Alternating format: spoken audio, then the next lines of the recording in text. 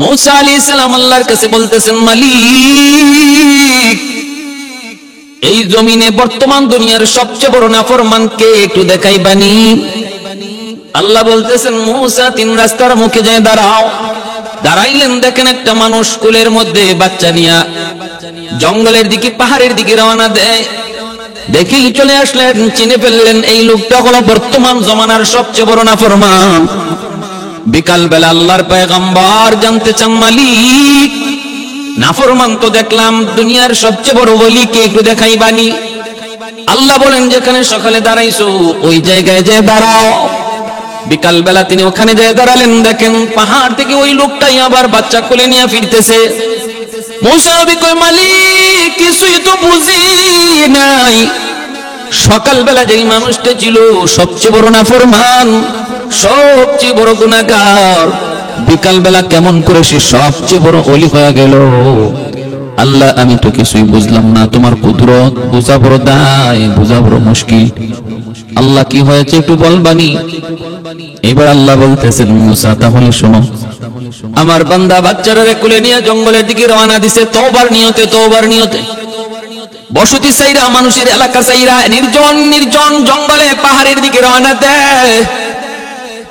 ছোট্ট বাচ্চারা বাবার কোলে ডাক দেয়া কয়, আব্বু এত বড় বিশাল পাহাড়, এর চেয়ে বড় কিছু আছে নাকি আব্বু? এর চেয়ে বড় কিছু আছে নাকি? বাবা কয়, এর চেয়ে বড় হলো আসমান।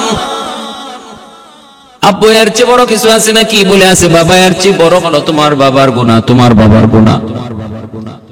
সন্তান এইবার কয়, আব্বু তোমার গুনাহ বুঝি এত বড়, তোমার গুনাহ বুঝি এত বড়, গুনার চেয়েও বড় কিছু আছে নাকি? তখনই বাবা কান্না শুরু করে দিছে। কান্না শুরু করে কয়, বাজান রে, তোমার বাবার গুনাহ যত বড় হোক না কেন, এই গুনার চেয়েও আমার আল্লাহর রহমত আরো বড়, আরো বড়। আমি আল্লাহর কাছে আল্লাহর রহমতের আশা করে হাত দুইটা উপরে উঠে কাঁদবো, আর তুমি আমিন আমিন বলবা। ও মূসা, আমার বান্দা যখন গুনার কথা স্বীকার করে আমি আল্লাহর কাছে কান্না শুরু করে দেয়, কুলের শিশুটা তখন বাবার চোখের পানি দেখা হাওমাও করে কান্দে আর বাবার সাথে আমিন আমিন কয়। তার বাচ্চাটা আমিন কইতে দেরি হয়েছে, আমি আল্লাহ তার নাম গুনাহগারের খাতা থেকে কাইটা জগতের শুধু ওলি না, সমস্ত ওলিদের সরদার বানাইতে দেরি করি নাই। मैं तालिब मौला हूँ मेरे इश्क निराला, मैं तालिब मौला हूँ मेरे इश्क निराला, है जुमला जहाँ जिनकी तजल्ली से उजाला, है जुमला जहाँ जिनके तजल्ली से उजाला। मैं दर्द जगह गैर खुदा यार नदारम, जुदी याद खुदा ही चेदिगर कार नदारम, जुदी याद खुदा ही चेदिगर कार नदारम। বাইরে আমার জন্য বলতেছিলাম, আই হিজাবে কিবরিয়া তো क्या ना कर सकता, আমার আল্লাহ কি না করতে পারে, কি না করতে পারে। আবু আব্দুল্লাহ আনদালুসি এত বড় বুজুর্গ, এত বড় ওলি, একটা কথা শুধু খ্রিস্টান সুন্দরী যুবতী মেয়েটারে দেইখা বলছে, এত সুন্দরী মেয়েটা জাহান্নামে জ্বলবে। আল্লাহ পাকের কাছে কতটা নারাজ, আল্লাহর কাছে কতটা খারাপ লাগলো। মালিক নারাজ হয়ে গেলেন। আল্লাহ বলতেছে, নারে আবু আব্দুল্লাহ কথাটা তুমি ভালো বলো নাই, কারণ জান্নাত জাহান্নামের মালিক আমি আল্লাহ। আমি তারে জাহান্নামে দিব না, তারে জান্নাতি বানাবো, সেটা আমি আল্লাহ জানি, তুমি তো জানো না। কেন তুমি এমন কথা বললে? এজন্যই তার উপরে ইমানি পরীক্ষা শুরু হয়ে গেল। আবু আব্দুল্লাহ আনদালুসি কিছু দূর গেলেন, যাওয়া মাত্রই দেখা গেল হঠাৎ করে চেঞ্জ হয়ে গেলেন। সমস্ত মুরিদানকে ডাক দিয়ে বলতেছেন, যাও তোমরা যার যার মতো করে বাড়ি চলে যাও, তোমাদের সাথে আমার কোনো সম্পর্ক নেই, আমি তোমাদেরকে চিনি না, তোমরা আমার পাশ থেকে সরে যাও। মুরিদান কলিবারা কই, হুজুর আপনি কোন কি? বলে, হো যা বলেছি করো, তাড়াতাড়ি করে সরো, তোমাদেরকে আমি চিনি না, আমার সাথে তোমাদের কোনো সম্পর্ক নাই, কোনো সম্পর্ক নাই। আবু আব্দুল্লাহ আনদালুসি তিনি পরবর্তীতে তিনি বলেছেন, আমি তখন টের পেয়েছিলাম আমার ভিতর থেকে একটা পাখি, সবুজ রঙের একটা পাখি আমার ভিতর থেকে উড়া দিয়া চলে গেছে। কি গিয়েছে? কই ইমানটা উড়া দিয়া পাখির সুরতে চলে গেছে। ইমানটা পর্যন্ত চলে গেছে। এজন্য তিনি আর কিছু নাই, তিনি কাউকে চিনেন না, মারিফতি তার জানা নাই। কোরআনের হাফেজ ছিলেন, হিফজ ভুলে গেছেন। হাদিসের হাফেজ ছিলেন, হাদিস ভুলে গেছেন। সবকিছু ভুলে গেছেন, অন্তরের মধ্যে আর কিছুই তখন নাই। মুরিদানরা তিনি বলতেছে কজুর কই যাইমু, কয় বাড়ি চলে যাও, আন্দোলস চলে যাও। সবাই আন্দোলস চলে আসলো। আর এইদিকে তিনি ওই মেয়েটার, সুন্দরী মেয়েটার প্রেমে পড়ে গেলেন। খ্রিস্টান সুন্দরী যুবতী মেয়েটার প্রেমে পড়ে গেলেন। তার পথ ধরে ধরে তার পিছনে নিয়ে নিয়ে তার বাড়ি পর্যন্ত পৌঁছে গেলেন। পৌঁছে তার বাপ মার কাছে তিনি বলতেছেন, আমি আপনাদের মেয়েকে বড় পছন্দ করি, আমি তার আশিক, আমি তার প্রেমিক, আমি তাকে চাই, আমি তাকে চাই। আপনারা তাড়াতাড়ি করে তারে জিজ্ঞেস করেন সে কি বলে। বাপ মা কয় তাহলে একটু জিজ্ঞেস করে নেই।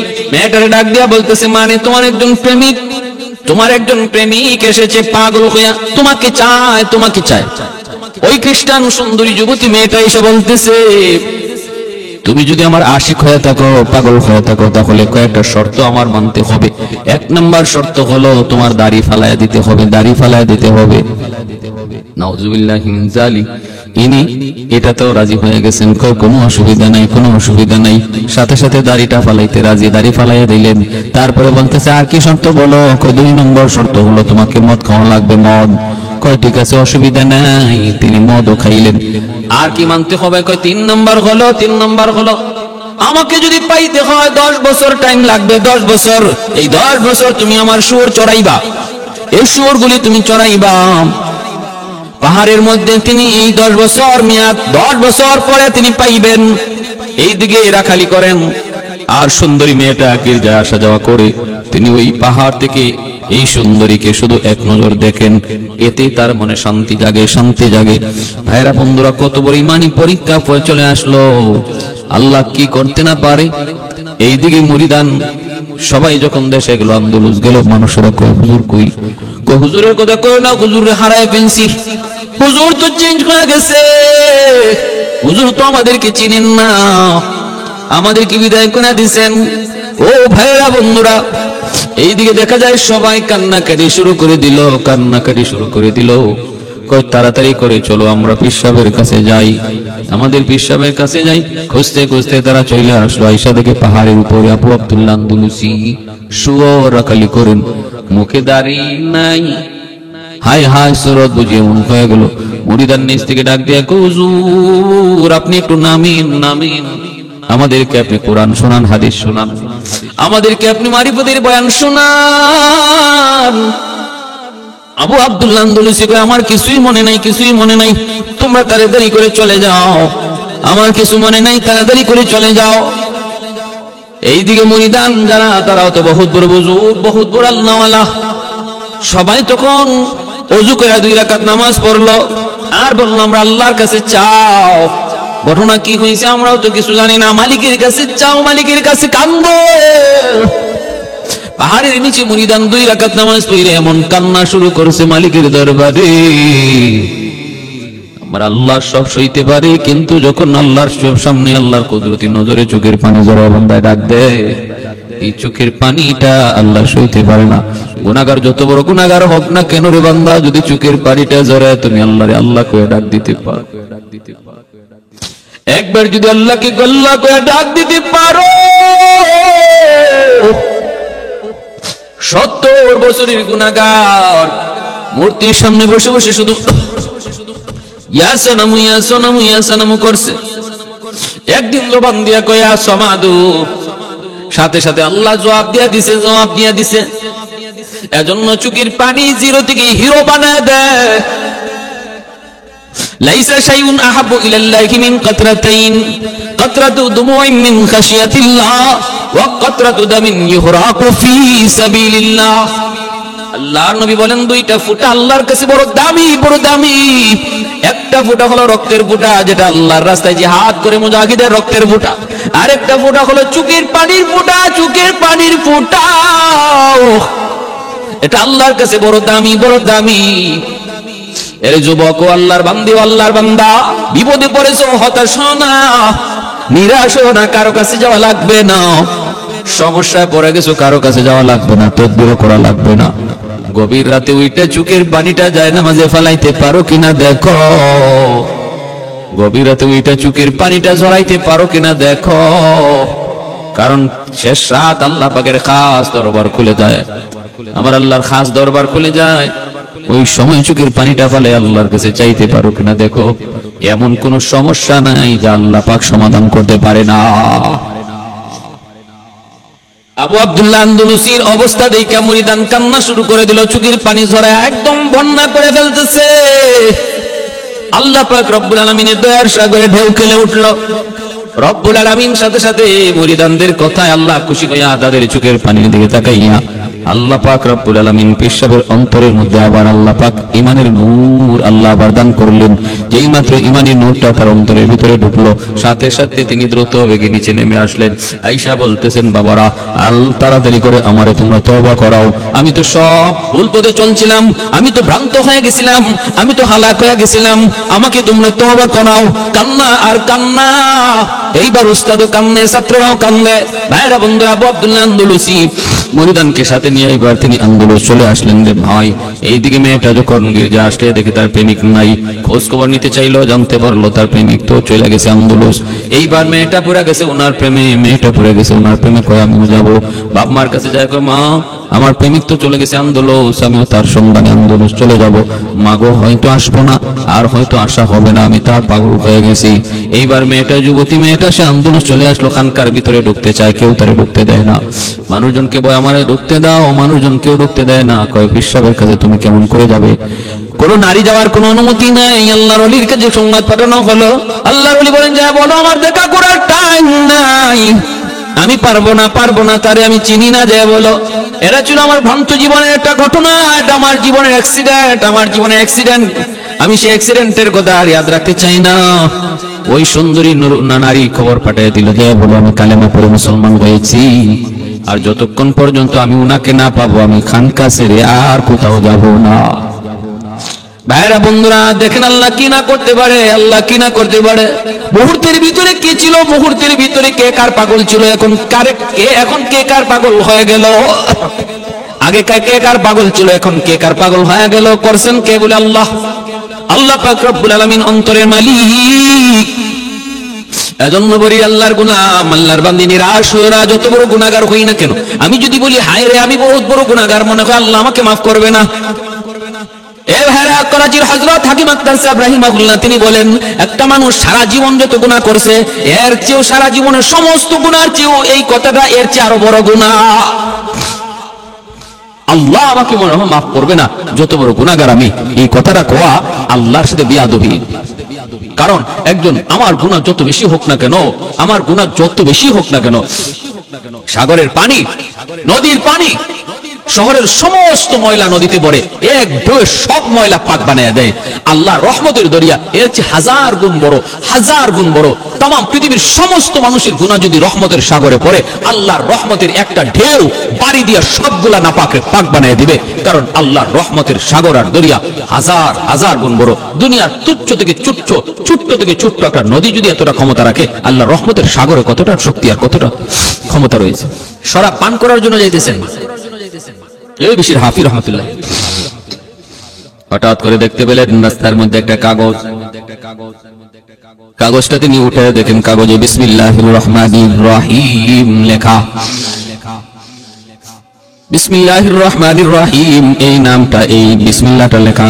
সাথে সাথে বিশির হাফিজ করেছেন কি, কাগজটারে মুইসা পরিষ্কার কইরা যত্ন কইরা নিরাপদ জায়গার মধ্যে রেখে দিলেন, যাতে মানুষের কোনো পা না লাগে, কাগজের যেন কোনো বেইজ্জতি না হয়, এজন্য তিনি নিরাপদ জায়গায় রেখে দিলেন। এতটুকুই শুধু করছেন, চলে গেলেন শরাবখানায়, যায় শরাব পান করে বিভোর। ওই জমানার ওলিকে আল্লাহ পাক অন্তরের ভিতরে ইলহাম করে দেয়, তাড়াতাড়ি করে যাও শরাবখানায় যায়, দেখো আমার একজন ওলি যার নাম বিশির হাফিজ, তার ওখান থেকে উঠে আনো। দেখবা সে শরাব খায় একদম বিপুর হয়ে রয়েছে, পাগল হয়ে রয়েছে, মাতাল হয়ে রয়েছে। তার যা ডাক দেয়া বলে, আজ থেকে তার ঠিকানা ওই শরাবখানা নয়, আজ থেকে তার নাম গুনাহগারের তালিকায় নয়, ওলির তালিকায়। শুধু ওলি নয়, ওলিদের সরদার আল্লাহর তৎকালীন ওলি জিজ্ঞেস করুন, মালিক কেমন করে, কিভাবে শরাবখোর কেমন করে ওলি হয়? আল্লাহ পাক রব্বুল আলামিন কয়, বিসমিল্লাহির রহমানির রহিম, আমি আল্লাহর ইসমে আজমের নাম, আমি আল্লাহর ইসমে আজম। আবার ওই আল্লাহ নামের সাথে আমার দুইটা রহমান আর রহিম, আমার যতগুলি সিফাতি নাম রয়েছে এর মধ্যে অত্যন্ত পাওয়ারফুল দুইটা নাম রহমান আর রহিম। রহমান আল্লাহ পাকের এত বড় দয়া আর মায়ার গুণ, যেই গুণের দ্বারা আল্লাহ দুনিয়াতে সমস্ত মানুষকে আল্লাহ পাক খাওয়ায়, ইমানদাররাও খাওয়ায়, বেঈমানরাও খাওয়ায়। রহমান নামের গুণে আল্লাহ পাক ইমানদাররাও খাওয়ায়, বেঈমানরাও খাওয়ায়। রহমান নামের গুণে আল্লাহ মুসলমানদের খাওয়ায়, কাফিররাও খাওয়ায়। রহমান নামের গুণে আল্লাহ পাক মুসলমানদের খাওয়ায়, খ্রিস্টানরাও খাওয়ায়। রহমান নামের গুণে আল্লাহ পাক রব্বুল আলামিন আল্লাহ তার বন্ধুরাও খাওয়ায়, দুশমনরাও খাওয়ায়। ইমানদার মুমিনকে আল্লাহ পাক যেমন দুনিয়াতে শ্বাস প্রশ্বাস নেওয়ার সুযোগ দেয়, আল্লাহ তার দুশমনকেও দুনিয়াতে শ্বাস প্রশ্বাস নেওয়ার সুযোগ দেয়, শুধু রহমান নামের খাতিরে। কারণ রহমান এত বড় দয়া, এত বড় দয়ালু মালিককে বোঝায়, যিনি শুধু বন্ধুরে দয়া করে তা না, দুশমনরাও যিনি দয়া করে। আর রহিম হলো আল্লাহ পাকের এমন এক সিফাতি নাম, যে দয়া আর মায়াটা শুধু পরকালে তার বন্ধুর জন্য খাস, বন্ধুদের জন্য খাস। রহিম নামের গুণে আল্লাহ পাক পরকালের ময়দানে মুমিনকে আল্লাহ জান্নাত দেয়, আর রহিম নামের কারণেই আল্লাহ বেঈমানদের জাহান্নামে দেয়, বেঈমানদের জাহান্নামে দেয়, দুশমনরা আল্লাহ জাহান্নামের আগুনে জ্বালায়। এটা রহিম নামের খাতিরে, রহিম নামের কারণে। এজন্য ভাইরা বন্ধুরা বলতেছিলাম, আল্লাহ পাক কয় ওই বিশির সে তো আমার নামের ইজ্জত করেছে, সম্মান করেছে। ওই বিসমিল্লাহর ভিতরে তো আমি আল্লাহর নাম, আবার রহমান রহিম নামটা আমি আল্লাহর ইসমে আজমের নাম। আল্লাহ নামের ভিতরেই রহমানও আছে, আল্লাহ নামের ভিতরেই রহিম আছে, আল্লাহ নামের ভিতরেই রাজ্জাক আছে, আল্লাহ নামের ভিতরে আমি আল্লাহর খালিক নাম আছে, মালিক নাম আছে। সবগুলি নাম আমার ইসমে আজম আল্লাহ নামের ভিতরে আছে। অতএব রহমান রহিম আলাদা বলা লাগে না।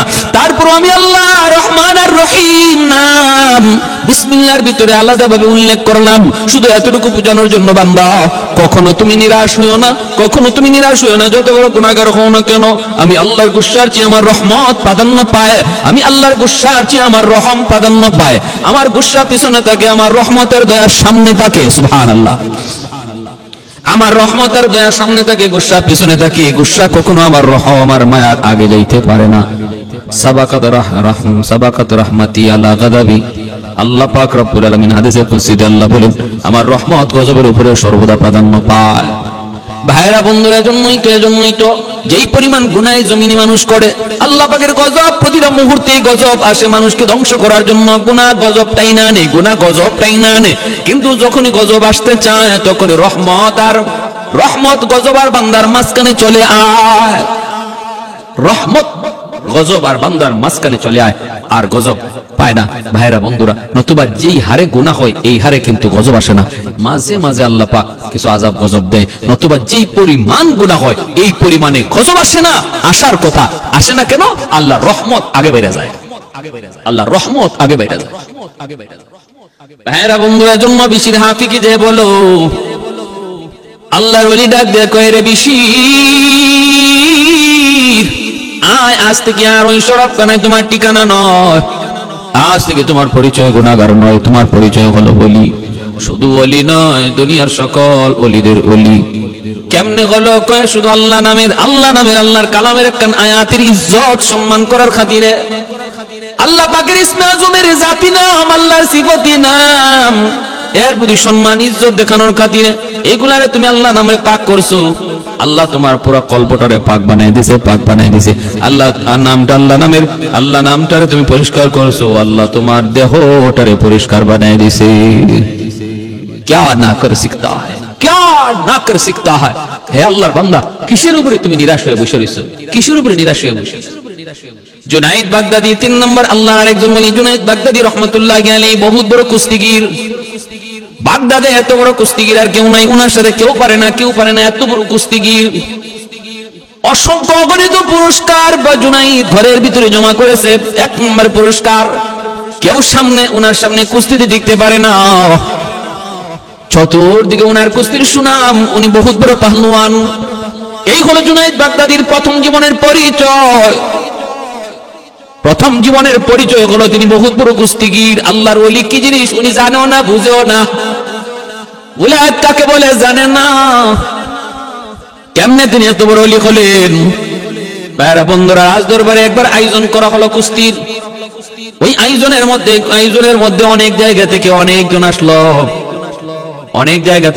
আসলো, রাষ্ট্রীয় পুরস্কার দেওয়া হবে যে জিতবে। স্বর্ণ পদক দেওয়া হবে যে জিতবে। জুনাইদ বাগদাদির সাথে কে লড়বে? কেউ তো সাহস করে না। একজন একজন করে আয়, হেরে যায়। জুনাইদ বাগদাদির সাথে কেউ টিকতে পারে না। এক পর্যায়ে জুনাইদ বাগদাদি তিনি ওই স্বর্ণ পদকটা নিয়ে যাবেন। ওই মুহূর্তে একজন ভিক্ষুক, দুর্বল অসহায় একজন মানুষ ডাক দেয়া কই, যাবো না, আমাকে একটু সুযোগ দেন। আমি জুনাইদ বাগদাদির সাথে লড়াই করব, আমি তার সাথে কুস্তি করব, আমি তার সাথে একটু খেলবো। মানুষজন সব হা করে রইল, অবাক হয়ে গেল সবাই। বাচ্চা বলতেছে, একটু বুঝে শুনে বলো, যদি তুমি মারা যাও আমরা কিন্তু দায়ী না। তোমার শরীর কাঁপতেছে, তোমার চোখের সামনেই কত বড় বড় পাহলওয়ান জুনাইদ বাগদাদির কাছে পানি খেয়ে চলে গেল, আর তুমি কিনা তার সাথে যুদ্ধ করবা, তুমি কিনা তার সাথে কুস্তি করবা, তুমি কিনা তার সাথে লড়বা। কেমন করে বলতেছো, হুঁশ আসেনি? ওই বৃদ্ধ মানুষটা তখন বলতেছে, যাবো না, 100 হুঁশ আছে, আমাকে একটু সুযোগ দেওয়া লাগবে, কারণ আপনার আইন এই কথা বলে না যে কোনো বৃদ্ধ মানুষ এই প্রতিযোগিতায় আসতে পারবে না, এমন কথা কিন্তু নাই। বলে হ্যাঁ, কথা ঠিক, ওপেন রাখা হয়েছে, সবার জন্য আম করে দেওয়া হয়েছে। আমাকে আপনি বাধা দিতে পারেন না? কয় না, আমি তোমাকে বাধা দেব না, তবে তুমি কাগজে লিখে নাও, যদি তুমি মারা যাও আমরা কিন্তু কেউ দায়ী না। কোনো সমস্যা নাই, আপনি কাগজ করে মানেন। কাগজে লিখে দেওয়া হলো আমার মৃত্যুর জন্য আমি দায়ী, আর কেউ দায়ী না, যদি এতে আমি মৃত্যুবরণ করি। ভাইরা বন্ধুরা, এরপরে যখন কুস্তি লাগবে, কুস্তি লাগবে, কুস্তি লাগবে, জুনাইদ বাগদাদির কাছে আসলো। মানুষজন সবাই তাকায় রইল। কুস্তি লাগার আগে ওই বৃদ্ধ মানুষটা জুনাইদ বাগদাদির কাছে আসছে, এসে একটু ছোট্ট আওয়াজে কিছু কথা বলছে যা কেউ বুঝে নাই। ছোট্ট আওয়াজে ডাক দেয়া বলছে, জুনাইদ, আমাকে তুমি চিনো না, চিনবার কথাও না, কিন্তু আমি তোমাকে চিনি। আমাকে চিনো না, চিনবার কথাও না রে জুনাইদ, তবে আমি আমার পরিচয় দেই, আগে শোনো। আমি নবী পরিবারের একজন সন্তান, আমি নবী পরিবারের সন্তান, আমার গায়ে নবী রক্ত রয়েছে। তুমি যেই নবীর পাগল, যেই নবীর আশিক, ওই নবীর বংশের লোক আমি। জুনাইদ, আমার পরিবারে আমার বিবি বাচ্চা আজকে 3 দিন যাবত উপবাস, ঘরে কোনো খানা নাই, আমি খানার কোনো ব্যবস্থা করতে পারি নাই রে জুনাইদ। শুনেছি আজকে কুস্তির প্রতিযোগিতা হবে, কুস্তির প্রতিযোগিতা, যে জিতবে তার স্বর্ণের মেডেল দেওয়া হবে। আজ যদি আমি কুস্তিতে জিতে যাই তাহলে স্বর্ণ পদকটা আমি পেয়ে যাব, আর আমার ঘরে খাওয়ানোর ব্যবস্থা হবে। ছোট ছোট বাচ্চাগুলি এখনো চিৎকার করে কাঁদতেছে ক্ষুধার যন্ত্রণায়। আসার সময় দুটা বাচ্চা আমার পা জড়ায় ধরছে আর বলছে, বাবা আর পারি না, বাবা আর পারি না, আর সইতে পারি না, ক্ষুধার যন্ত্রণা সইতে পারি না। এ জুনাইদ, নবী পরিবারের দিকে খেয়াল কইরা একটু, একটা নবী পরিবারের কয়েকজন মানুষের মুখে একটু হাসি ফোটানোর জন্য তুমি কি তোমার জীবনের সমস্ত অর্জন বিসর্জন দিতে পারবা? নবীর খাতিরে তুমি কি পারবারে জুনাইদ? তোমার জীবনের অর্জন, তোমার জীবনের গৌরব, তোমার জীবনের কামাই সবকিছু আজকে কি তুমি কুরবানি দিতে পারবা নবীর জন্য? একটা নবী পরিবারের জন্য হাসি ফোটানোর নিয়তে তুমি কি পারবা ছোট্ট 2টা মাসুম বাচ্চার মুখে একটু হাসি ফোটানোর জন্য তুমি তোমার গৌরব আর অর্জনটাকে কুরবানি দিতে পারবা? একটু কাল করে দেখো, যদি আজকে তুমি আমার কাছে ইচ্ছা করে হেরে যাও আর আমি যদি জিতে যাই তাহলে স্বর্ণ পদক পাবো, আমার ঘরে খানা উঠবে, আবার ছোট ছোট বাচ্চাগুলি ক্ষুধার যন্ত্রণা তাদের কাটবে, তাদের মুখে হাসি ফুটবে। আমার গায়ে নবীর রক্ত, আমার সন্তানের গায়ে নবী পরিবারের রক্ত, দেখো একটু পারো কিনা। এই কথাটা জুনাইদ বাগদাদির কানে যখন আসলো, জুনাইদ চোখ থেকে দর দর করে পানি পড়ে আর কান্দে আর কই, মালিক এতদিন পর্যন্ত আমি যেই কাজটার অপেক্ষায় ছিলাম বুঝি আজ আমি পেয়ে গেছি। এতদিন পর্যন্ত আমি দিলের ভিতরে যা আশা করে রাখছিলাম বুঝি আমার আশা পূরণ হতে যায় গো মালিক, আমার আশা বুঝি পূরণ হতে যায়। জুনাইদ চোখের পানিটা মুছে আর বলতেছে, তুমি কোনো টেনশন করো না, যেভাবে চাইছো এইভাবেই হবে, তুমি যেভাবে চাইছো এইভাবেই হবে। ভাইরা বন্ধুরা, জুনাইদ বাগদাদি ওই বৃদ্ধ মানুষটার কাছে যাইয়া নিজের শক্তি দেখায়, কিন্তু বাস্তবে দেখায় যা ভিতরে করে না তা। বাহির থেকে মানুষজন দেখতেছে জুনাইদ দেখাইতেছে শক্তি, কিন্তু কিছু পারে না। বৃদ্ধ মানুষটারে ফালাইতে পারে না। কিন্তু জুনাইদ বাগদাদির যখন বৃদ্ধ মানুষটা একটা ঘুষি দেয়, উনি ধপাস করে মাটিতে পইড়া যায়। ভাইরা বন্ধুরা, মানুষজন সবাই আসলো, বাদশা সহ সবাই আসলো। এই সবাই বৃদ্ধ মানুষটাকে তারা হাত উঁচু করে দিনিয়া পুরস্কারটা দিয়ে দিল, বিজয়ী বানিয়ে দিল। ওই দিন আমার আল্লাহ স্বপ্ন যুগে জুনাইদ বাগদাদি স্বপ্নে দেখেন মরুর দুলাল রহমতের নবী, মায়ার নবী তার ঘরে হাজির হয়ে গেছেন। হাজির হয়ে আল্লাহর নবী নিজে দেখা দিয়া বলতেছেন, রে জুনাইদ, আজ থেকে তোমার পরিচয় কুস্তিগিরি না, আজ থেকে তোমার পরিচয় হলো তুমি জগতের বলি।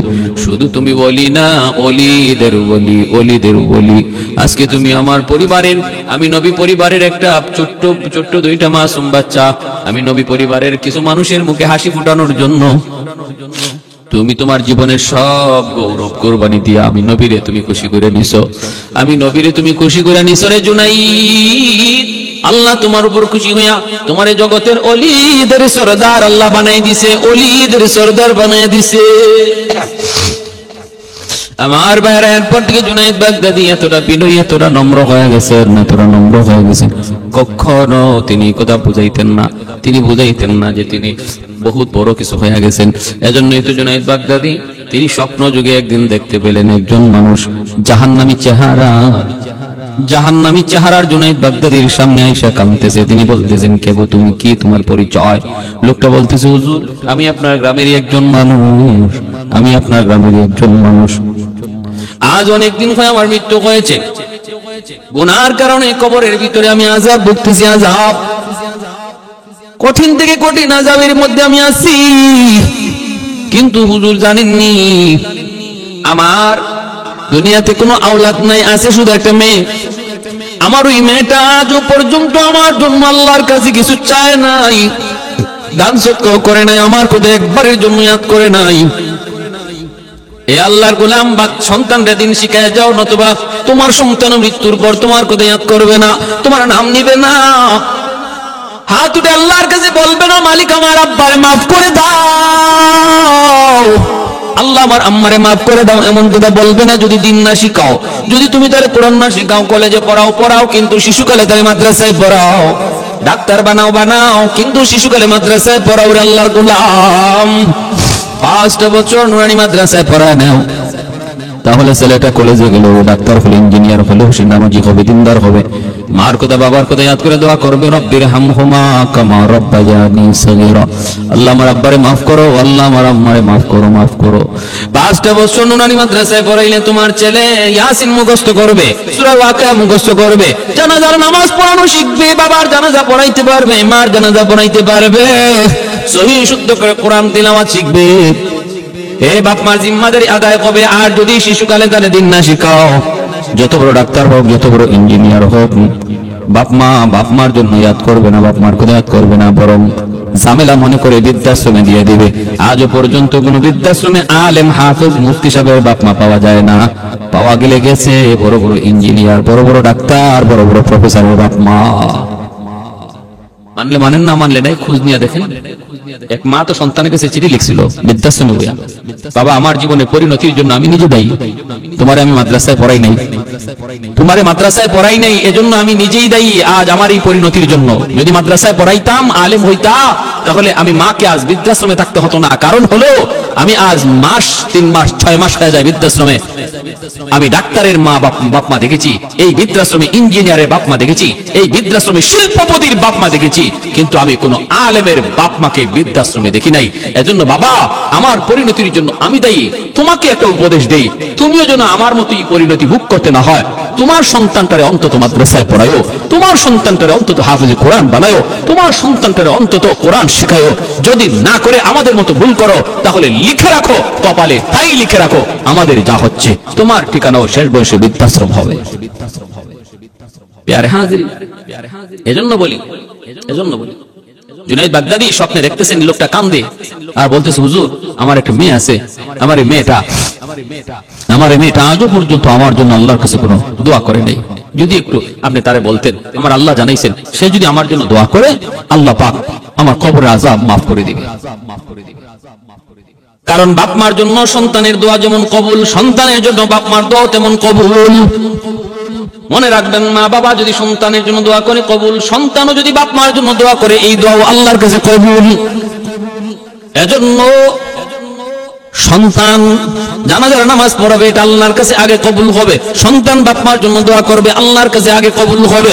আর আলেম উলামা আইনা বাপ মার জন্য দোয়া করাই বা করাও ভালো কথা, কিন্তু মনে রাখো নিজের দোয়া আল্লাহর কাছে আগে কবুল হয়। আল্লাহ আমার আব্বারে মাফ করো, আল্লাহ আমার আব্বারে মাফ করো, আমার আব্বারে সুস্থ করে দাও, খতমে শিফা পড়াইবা। কিন্তু আজকে বড় দুঃখ, অনেক সন্তান আছে এমন আলেম উলামা আইনা বাপ মার জন্য খতমে শিফা পড়ায়, কিন্তু নিজে বয় না, নিজে দোয়া পড়ে না, নিজে দোয়া শরীক হইতে চায় না। টাকা দিয়েই মনে করে বাপ মার জন্য দোয়া করায় নিতেছে। যত টাকাই দাও, যত পয়সাই দাও, অন্য মানুষ তোমার মার জন্য বাবার জন্য চোখের পানি জড়ায় কাঁদবে না রে যুবক। তুমি যদি মার জন্য হাত উঠাও, বাবার জন্য হাত উঠাও, এখানে টাকা পয়সা লাগে না, দিল থেকে তোমার কান্না বের হয়ে আসবে, যেই কান্নাটা আমার আল্লাহ পর্যন্ত পৌঁছে যাবে। এজন্য বলি আল্লাহ পাক রব্বুল আলামিন বলে জানাইছে, হুজুর আমার মেয়েটার একটু বইলেন। ঘুম থেকে ওঠার পর জুনাইদ বাগদাদি তিনি ওই মেয়েটার সন্ধানে চললেন। মানুষকে জিজ্ঞেস করেন, মানুষেরা কয় হুজুর মেয়েটার চরিত্র খারাপ, ওর কাছে আপনি কেন যাবেন? তিনি বললেন, বলো কোথায় গেলে পাবো? নদীর ঘাটে নিচে গেলেন, মেয়েটাকে পাইলেন। মেয়ে কয়, ও মৌলবী তুমি আবার কি চাও? জুনাইদ বাগদাদি বুঝে গেলেন, মানুষেরা রিপোর্ট দিল মেয়েটার চরিত্র খারাপ, দুষ্ট খারাপ। আল্লাহর ওলি বলেন, মারে আমি কোন উদ্দেশ্য নিয়ে আসি নাই, এটা খবর নিয়ে এসেছি। বলে কার খবর? খবর কোন তোমার বাবার। আমার বাবার আবার কিসের খবর? বাবা তো বহু আগেই মারা গেছে, খবরে চলে গেছে, বাবার কিসের খবর? আল্লাহর ওলি বলতেছে, তোমার ওই মৃত্যু বাবার খবর স্বপ্ন যুগে আমি আজ দেখেছি। কবরের মধ্যে সে ভীষণ আযাবে আছে রে মা। আল্লাহ নাকি জানাইছে, তুমি তার জন্য যদি কোনো সদকা করো, দান করো, অথবা তার জন্য হাত তুলে আল্লাহর কাছে কান্দো, আল্লাহ তার কবরের আযাব মাফ করে দিবে।